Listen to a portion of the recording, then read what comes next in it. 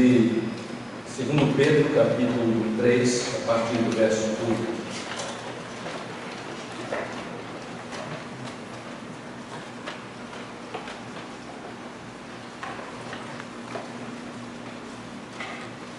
Não se esqueçam disto, amados. Para o Senhor um dia é como 1000 anos, e 1000 anos como um dia. O Senhor não demora em cumprir a sua promessa, como alguns julgam. Ao contrário, Ele é paciente com vocês, não querendo que ninguém pereça, mas que todos cheguem ao arrependimento. O dia do Senhor, porém, virá como ladrão. Os céus desaparecerão com um grande estrondo, os elementos serão desfeitos pelo calor, e a terra e tudo que nela há será desnudada. Visto que tudo será assim desfeito, que tipo de pessoas é necessário que vocês sejam? Vivam de maneira santa e piedosa, esperando o dia de Deus e apressando a sua vinda. Naquele dia os céus serão desfeitos pelo fogo e os elementos se derreterão pelo calor. Todavia, de acordo com a sua promessa, esperamos novos céus e nova terra, onde habita a justiça. Portanto, amados, enquanto esperam estas coisas, empenhem-se para serem encontrados por Ele em paz, imaculados e inculpáveis. Tenham em mente que a paciência de nosso Senhor significa salvação, como também o nosso amado irmão Paulo lhes escreveu com a sabedoria que Deus lhe deu. Ele escreve da mesma forma em todas as suas cartas, falando nelas destes assuntos. Suas cartas contêm algumas coisas difíceis de entender, as quais os ignorantes e instáveis torcem, como também o fazem com as demais escrituras, para a própria destruição deles.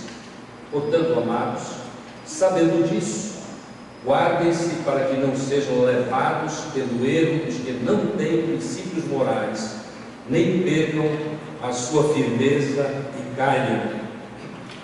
Cresçam, porém, na graça e no conhecimento de nosso Senhor e Salvador Jesus Cristo. A Ele seja a glória, agora e para sempre. Amém. Deus abençoe a sua palavra. O texto e a mensagem de hoje à noite não é muito comum. Quando eu pesquisava a respeito do assunto da segunda vinda de Jesus, eu fiquei assustado com a redescoberta que eu já tinha visto antes, de que há tão poucos sermões à disposição, por exemplo, na internet, a respeito destes assuntos. E alguns deles, em nossos dias, tão conturbados do ponto de vista do conhecimento doutrinário, alguns deles têm erros crassos, que não têm nenhum fundamento do Novo Testamento. E no decorrer da mensagem eu farei menção a uma teoria que está muito em voga nestes dias a respeito da volta de Jesus Cristo, que não significa a volta de Jesus Cristo, absolutamente. Amados, multidões hoje desprezam a promessa da volta do Senhor Jesus à terra de modo físico e visível. Muita gente está negando esta verdade, está desprezando. Mas o texto que eu li para nós hoje à noite nos alerta que esta é uma mensagem constante na palavra de Deus. Os amados devem recordar que Pedro diz: olha, o apóstolo Paulo escreveu sobre estes assuntos em todas as suas cartas. E acrescentou também que ele diz algumas coisas difíceis, porque um pouco mais difíceis são distorcidas por aqueles que não têm amor à palavra de Deus. Mas o fato é que muitos desprezam esta palavra. Há, contudo, no Novo Testamento uma afirmação preciosa que fala sobre os que amam a sua vinda. E a expectativa de Deus na revelação bíblica é que nós amemos a vinda do Senhor. E este amar a vinda do Senhor, a volta do Senhor Jesus Cristo, fisicamente e visivelmente, é algo que nós vamos prezar, porque é uma mensagem que foi apresentada para confortar o nosso coração e para nos alertar de algumas necessidades que temos enquanto aqui. Amados, há muitos que têm desinteresse nesta mensagem. É quase o correlato de alguém que diz assim: eu não gosto de ouvir falar sobre morte. Morte na língua grega é thanatos. E um dia eu preguei sobre este assunto no meu primeiro pastorado aqui, e eu denominei uma palavra grega do grego comum no Novo Testamento, thanatos. E alguns irmãos então ficaram durante o culto todo, ouviram mensagem sobre a morte, mas no fim disseram: eu não gosto deste tema. Pois bem, o tema da volta de Jesus Cristo é um tema que muita gente não gosta, parece que teme. Quem sabe algumas pessoas temem sobre a volta de Jesus Cristo por se sentirem, e a questão não é só sentimento, ou por estarem realmente despreparados para a volta de Jesus Cristo. Eu vi uma história muitos anos atrás, e que pelo menos uma vez contei deste culto, mas que repito para o benefício dos irmãos, para acabar essa questão de que alguns temem a volta de Jesus. A história que li é que um certo pastor, notando a frieza espiritual da igreja, ficou muito preocupado, durou muitos dias a respeito do assunto, que geralmente acontece, um pastor que quer suprir necessidades espirituais, e tendo orado, sentiu que o assunto deve ser a volta de Jesus Cristo. Preparou-se muito bem para este assunto, mas ele fez algo inusitado para um pregador. Ele convocou alguns músicos da cidade, com seus clarins, trombetas, e colocou num lugar destacado, mas escondido da multidão. E naquele dia, por alguma razão, a igreja estava superlotada. E ele ficou entusiasmado: eu vou tocar numa necessidade muito grande desta igreja. A igreja precisa se restaurar, se reavivar para cumprir a obra do Senhor. Irmãos, num dado momento ele havia acertado com os músicos que quando ele falasse que Jesus está voltando, as trombetas, os clarins, aqueles instrumentos de sopro, estridentes, mas que dão aquela nota de luta, de guerra, de vitória até, aí eles tocaram com todo entusiasmo. Irmãos, houve um reboliço total na igreja quando o Arthur voltou. Houve um reboliço total na igreja, ficou só um irmão lá atrás, em pé. E aí o pastor dramaticamente disse assim: então, meu querido, você é o único que está pronto para a volta de Jesus? Aí ele disse assim: não, pastor, eu não estou pronto, mas eu estou usando muletas, e nesse reboliço levaram a minha muleta. Muitos temem a volta do Senhor Jesus Cristo. Quem sabe, né? Não se sentem preparados. Quem sabe não estão preparados. Mas não devemos estar. Porque a palavra diz que isso é um assunto importante. Não importa se a internet não tem muitos sermões sobre o assunto. Livros também são poucos. Cânticos espirituais estão em voga nos nossos dias para a nossa inspiração. Quantos os irmãos conhecem sobre a volta de Jesus? Conhecem? Quantos? Pouquíssima coisa. Hoje em dia nós estamos muito mais afeitos a contar a respeito da vitória, as conquistas, a prosperidade, por aí vai. Mas, irmãos, é tema bíblico. Então, alguns desprezam, alguns têm desinteresse, alguns têm medo mesmo. O pastor Tiago, com quem trabalhamos por muitos anos, primeira igreja batista de Manaus, auxiliou muito o seu ministério na construção de capelas. Ele contava uma história interessante para os íntimos. Ele disse: certa feita, viajando nos Estados Unidos para promover a sua missão, ele entrou num avião, esse avião um pouco menor, tipo esses ATR que tem aqui, que agora viaja no Brasil todo, a Trip e a Azul. E foi interessante que quando ele saiu da cidade de Montgomery, que é a capital do Alabama, havia pouquíssima gente, mas do lado onde ele estava, na frente ali onde ele estava na janela, e do outro lado, portanto, 2 lugares à parte, lá estava na outra janela um homem zarrando. E quando o avião parecia que já estava em velocidade de cruzeiro, aquela voz suave veio e tornou todo mundo preocupado. Porque o piloto disse: não tema, imagina, né? Não tema, nós perdemos o motor, mas este avião pode voar só com o motor, então aguardem e creio que chegaremos em segurança. Quando ele disse assim, creio que chegaremos em segurança, não conheço o pastor Tiago, deve ter orado sobre o assunto, mas o cidadão que estava lá do outro lado, aquele homem, saiu de lá, deu a mão para o pastor Tiago, veio apressado, deu a mão para o pastor Tiago e disse: o meu nome é, citou o nome dele, e disse, aí ele pegava na cabeça assim, dizia o pastor Tiago, disse: agora não. Ele tinha muita coisa para fazer, ele não queria morrer agora. E foi aquele pandemônio, muita gente temerosa, mas finalmente chegaram maciota, voando devagar. Chegaram no aeroporto e aí o pastor já contava, o homem estava apavorado. E ele dizia, agora não, agora não. Na verdade, irmãos, que às vezes, para algumas pessoas, em relação à volta de Jesus, alguns de nós, por insegurança, ou então por egocentrismo, estamos dizendo, agora não, tem muita coisa para fazer. Né? Como se os nossos interesses particulares fossem a razão de Jesus voltar ou não, hoje ainda ou amanhã. Eu disse hoje ainda ou amanhã, porque a mensagem do Novo Testamento é que a volta de Jesus Cristo é iminente, é a qualquer momento, a qualquer momento. O texto que eu li para os irmãos é assim, como ladrão. Que ilustração, né?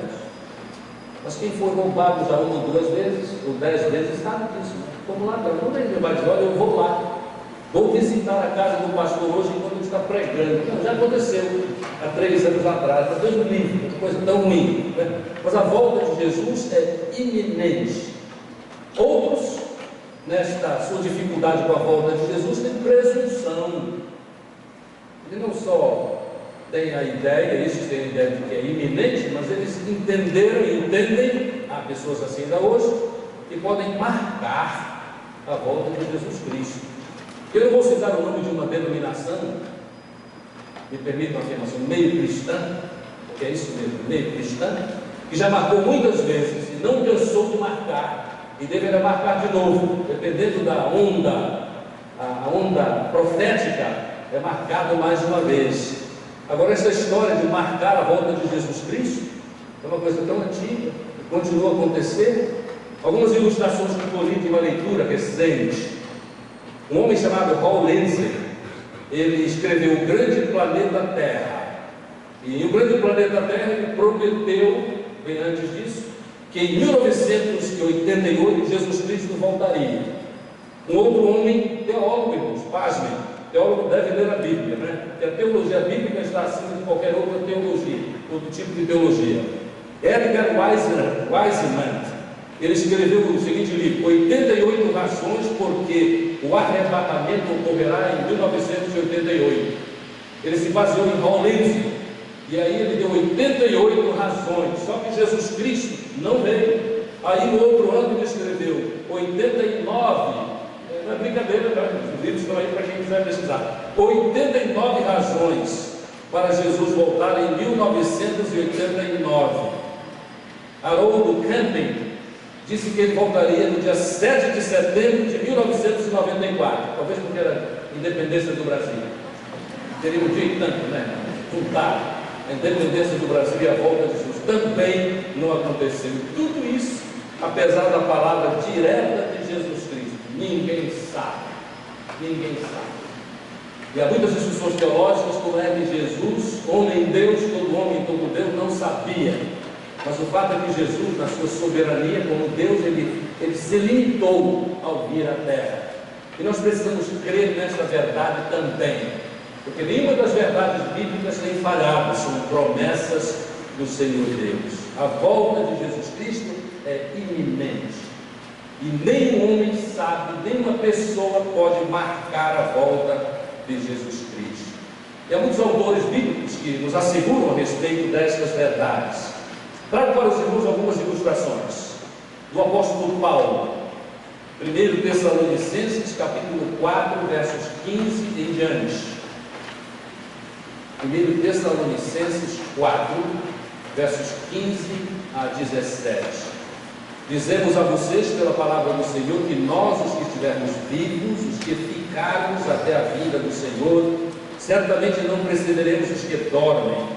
Pois dada a ordem com a voz do arcanjo e o ressoar da trombeta de Deus, o próprio Senhor descerá dos céus, e os mortos em Cristo ressuscitarão primeiro.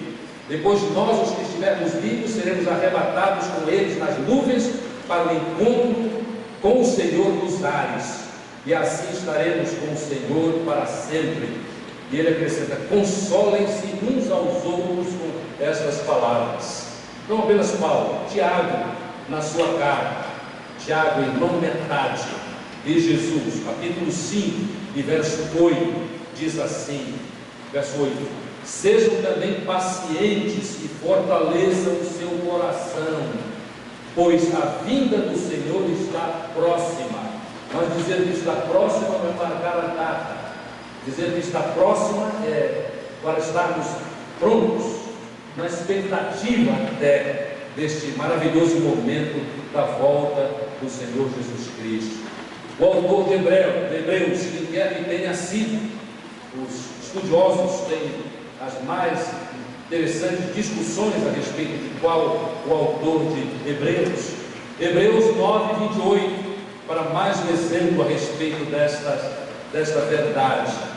Hebreus 9, 28, diz assim: assim também Cristo foi oferecido em sacrifício uma única vez, porque o sacrifício é eficiente, para tirar os pecados do mundo de muitos, e aparecerá segunda vez, não para tirar o pecado, mas para trazer salvação aos que o aguardam. Isto é o complemento, a salvação, a experiência de salvação ele trará na sua segunda vinda. Então, irmãos, a palavra de Deus é muito firme a respeito desta verdade, a volta do Senhor Jesus Cristo. Mas o próprio texto que eu li, em 2 Pedro, fala a respeito de como devemos agir enquanto nós esperamos. Alguns podem ter aquela ideia de que enquanto esperamos, nós vivemos só por conta disso, só da expectativa e não fazemos nada.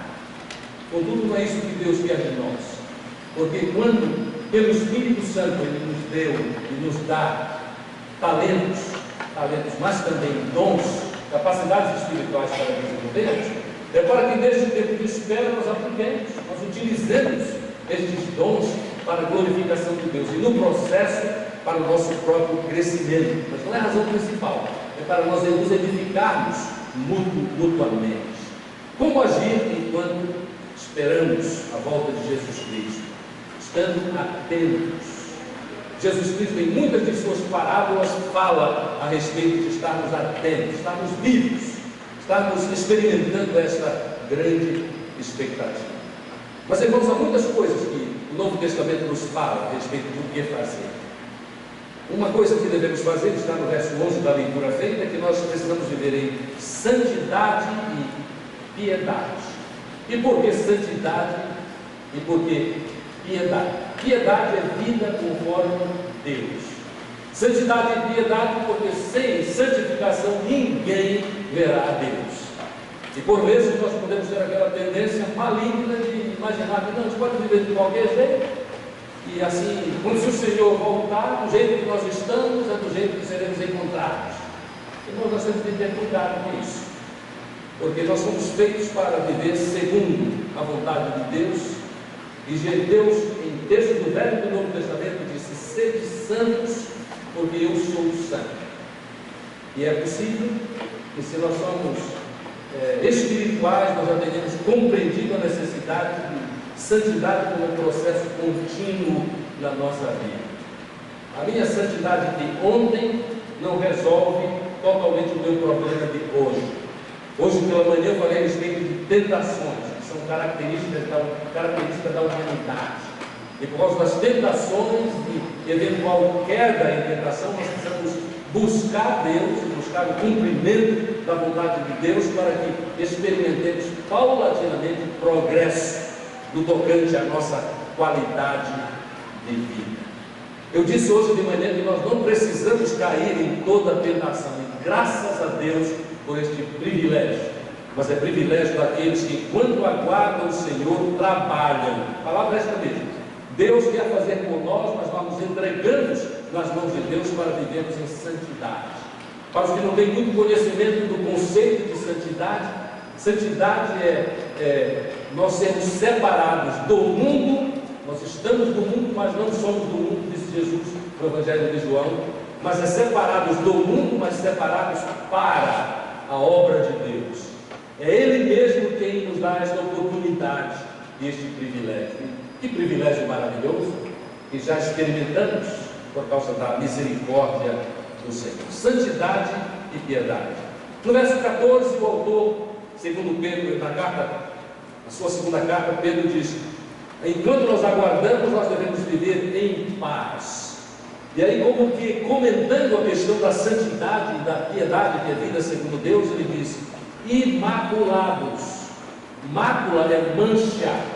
Mácula é mancha. Nós podemos eliminar manchas, porque Deus já se dispôs a fazer isso por nós. O perdão de Deus é completo. É completo. Muitas vezes o perdão humano não vem imediatamente, porque os seres humanos são limitados, mas Deus não é limitado. Ele conhece o nosso coração e a nossa mente, e Ele sabe se o meu arrependimento por um pecado, por uma falha, por um grande erro é real ou é fictício. Se é real ou só porque eu quero manter o meu status na vida, no ambiente da igreja, porque eu estou arrependido. Sugiro aos irmãos um livro maravilhoso, melhor que já encontrei, melhor que já li a respeito de evangelismo. O título é o seguinte: Arrependimento, a primeira palavra do Evangelho. É uma referência à mensagem de Jesus Cristo inicial: arrependei-vos e crede no Evangelho. Arrependei-vos e crede no Evangelho. Não só imaculados, sem mancha, mas inculpados. Ninguém pode apontar o dedo. É alvo para todos nós, com certeza. Ninguém pode dizer: olha, você fez isso. E é luta grande para nós, porque apenas Jesus é aquele que disse: que falta vocês encontram em mim? E a maioria absoluta de nós não pode dizer isso, porque haverá, especialmente aqueles que mais nos conhecem, haverá um conhecimento de alguma falha. Mas que Deus inunde os nossos ambientes de vida com muita misericórdia, muito amor uns pelos outros, a fim de que nós nos ajudemos mutuamente para não vivermos cheios de culpa, até porque conhecemos a mensagem da graça e da misericórdia de Jesus. Mas há muitas outras coisas. O que fazer enquanto esperamos? Enquanto nós esperamos, nós devemos cultuar. E no sentido mais importante, não apenas aquele cultuar. Quando nós falamos em cultuar, a gente pensa tanto nesse bem: eu vou à igreja e eu vou cultuar, né? Vou à igreja, vou encontrar com os irmãos. 9h45 domingo de manhã e 18h30 à noite. Se eu tenho esta prática, também sexta-feira às 5 da manhã, às 6 da manhã e sábado às 7. Eu vou cultuar com os irmãos. Eu vou cultuar nos pequenos grupos. Eu vou cultuar, irmãos, o tempo todo cultuando, louvando a Deus. Nós devemos viver nesta esfera, neste ambiente da adoração. É verdade que a adoração, quando nós estamos juntos, toma algumas nuances muito especiais, porque nós temos o privilégio de tocar a vida do outro, ser tocado pelo outro também. Nós podemos refletir de maneira concentrada, estando longe de ambientes que chamam a nossa atenção e prendem a nossa mente, tantas vezes, o nosso coração. Mas adorar. Como adorar? Jesus Cristo disse que Ele tem prazer na vida dos adoradores que o adoram em espírito e em verdade. Não há adoração sem o concurso do Espírito. É no Espírito de Deus, que nós adoramos. Ele nos abençoa com esta maravilhosa experiência. Mas Hebreus 10, 24 e 25 diz que quando esperamos, devemos praticar a comunhão e o encorajamento mútuo. Precisamos ter como Barnabé, aquele que era um encorajador. E muitas vezes, quando nós não nos conhecemos, mas assim, porque estávamos mais próximos, nós não entendemos bem essa realidade, mas ela existe em qualquer agrupamento de servos do Senhor Jesus Cristo. Quando nós começamos a nos interessar realmente uns pelos outros, nós descobrimos as áreas onde os circunstantes, onde os nossos irmãos em Cristo têm as suas dificuldades. E tantas vezes nós temos inclusive uma experiência pessoal com aquele problema, com aquela dificuldade, com aquela circunstância desfavorável, e por isso estamos muito mais capazes, pela experiência com Deus a respeito deste assunto, de encorajá-los e abençoá-los. Quantas vezes, por certo, os irmãos e eu temos encontrado alguém de quem nos aproximamos e descobrindo o assunto, nós somos tocados por Deus com determinados textos, nós revelamos algumas de nossas experiências pessoais, ou então, tantas vezes, é o mistério do aconselhamento, em todo sentido. Às vezes não falamos nada, mas ouvimos com paciência as pessoas nas suas tribulações. E no fim, a pessoa com quem estávamos agradece muito o que receberam de nós. E nos perguntamos, invariavelmente, o que fiz? Não fiz nada, só fiz ouvir. Mas aquele ouvir foi um ouvir inteligente, um ouvir com toda a atenção, um ouvir segundo Deus. Que privilégio! Quando aguardamos, devemos nos encorajar mutuamente na experiência de comunhão. Mas enquanto aguardamos, talvez mais importante do que qualquer outra coisa, nós precisamos proclamar a verdade do Evangelho. Proclamar a verdade do Evangelho. Não há nenhuma dúvida na minha análise da vida em igrejas, da vida cristã em geral, de que nós temos arrefecido, a palavra é exatamente essa, nós temos diminuído o nosso empenho na proclamação constante do Evangelho de Jesus Cristo. Por que será que fazemos assim? É possível que, em parte, seja o excesso de atividades, a agenda cheia demais, de outras coisas, me permitem, secundárias. É fundamental que nós preguemos o Evangelho. Não é à toa que Mateus 28 diz que nós indo devemos pregar o Evangelho. Nós ensinamos, nós batizamos, mas indo por aí nós pregamos o Evangelho. E como seria dinamizador na vida da igreja se nós entendermos que enquanto esperamos, nós pregamos o Evangelho. Pregamos o Evangelho. Mas por que será isso? Eu vou citar mais uma coisa e vou voltar ao assunto. Enquanto esperamos, nós amamos. O modelo de amor é o amor de Deus em Jesus Cristo. O amor em Jesus Cristo. Então, nós precisamos ter muito cuidado com isso. O amor em Jesus Cristo é bem caracterizado em 1 Coríntios 13, a partir do verso 4 e até o verso 8, onde nós aprendemos as características do amor agape, do amor verdadeiro, amor que é exigente, amor que se revela não apenas em sentimentos, mas se revela especialmente em ações benéficas e abençoadoras. E a maior expressão do amor é nós abençoarmos pessoas no sentido de elas também conhecerem a mensagem da palavra de Deus a respeito da volta, segunda vinda do Senhor Jesus Cristo, e procurar estar preparados para esta experiência. Preparados. Mas a questão vem, e é natural. E como é que alguém se prepara? Como é que nós nos preparamos para a volta de Jesus? E como é que nós abençoamos os outros para a segunda vinda do Senhor Jesus Cristo? A resposta você não sabe, vamos só relembrar. A resposta é que nós nos preparamos espiritualmente, e o nosso preparo espiritual tem reflexo em toda outra experiência humana. Nós prestamos atenção para o Evangelho de Jesus Cristo, que apresenta que Deus em Cristo veio ao mundo. Deus tomou a forma humana, se fez um de nós, para abençoar os homens com salvação no presente e por toda a eternidade. Isso acontece quando nós entendemos a mensagem de Deus na palavra, especialmente apresentada na profecia de Isaías, no capítulo 53, dos textos clássicos para a mensagem de salvação em todos os tempos. A Bíblia toda é mensagem de salvação, mas o texto de Isaías 53 é particularmente significativo e fácil de ser entendido, onde o profeta assim disse: certamente ele, referência a Jesus, ao Messias, tomou sobre si nossas enfermidades e sobre si levou nossas doenças, contudo nós o consideramos castigado por Deus afligido e atingido, mas ele foi traspassado por causa das nossas transgressões. O castigo que nos trouxe paz estava sobre ele, e pelas suas feridas fomos curados.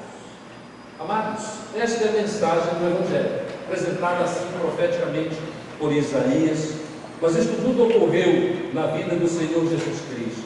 E conhecedor desta verdade, qualquer ser humano pode aceitar a graça de Jesus pela fé, pela confiança plena, e assim celebrar o seu preparo essencial para a volta do Senhor Jesus Cristo. Amados, tantas parábolas de Jesus Cristo chamam a atenção para estas verdades. O preparo é a coisa principal. Qual é o preparo? É viver tendo entregue sua vida a Jesus Cristo. Quem sabe entre nós, hoje à noite, há alguma pessoa que tem pensado sobre este assunto, até porque tem ouvido a respeito do amor de Deus em Jesus Cristo, mas nunca aceitou Jesus Cristo. Você aceitou só no seu coração, nunca expôs publicamente, para poder, tendo tomado esta decisão, tendo feito este voto a Deus, a sua entrega a Jesus para o cumprimento da sua vontade, para poder, enquanto aguarda a maravilhosa volta do Senhor, a segunda vinda de Jesus Cristo, está trabalhando dentro do plano de Deus para a vida. O plano de Deus para a nossa vida é este.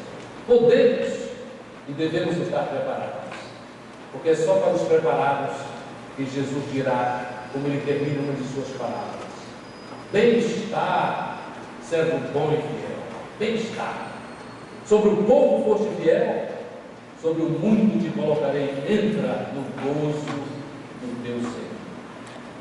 Nós não queremos errar, e não é preciso errar, porque Jesus já fez tudo o que era preciso ser feito. E a palavra de Deus orienta com segurança sobre como devemos viver enquanto esperamos a volta do Senhor Jesus Cristo. Você está pronto para a volta de Jesus? Se a sua resposta é estou, porque já tenho Jesus como meu Senhor, glória a Deus. Cumpramos a missão que Ele tem para nós enquanto aguardamos. Se você honestamente disser assim, não, eu ainda não estou pronto, por que não? Por que não? E às vezes me lembra encontros evangelísticos do pastor Tiago, a quem já me referi hoje à noite. Muitas vezes eu ouvi falando com alguém que não era o Senhor Jesus, e quando a pessoa dizia ainda não, ele dizia, por que não? O que falta? Por que não? O que falta?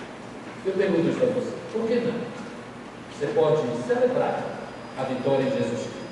Isto trará muita paz ao seu coração, tirará completamente o medo da volta de Jesus. Se você estivesse naquela igreja do relato que fiz inicialmente, você diria para o pastor com uma voz provavelmente mais forte do que ela geralmente é: eu estou pronto para a chegada de Jesus.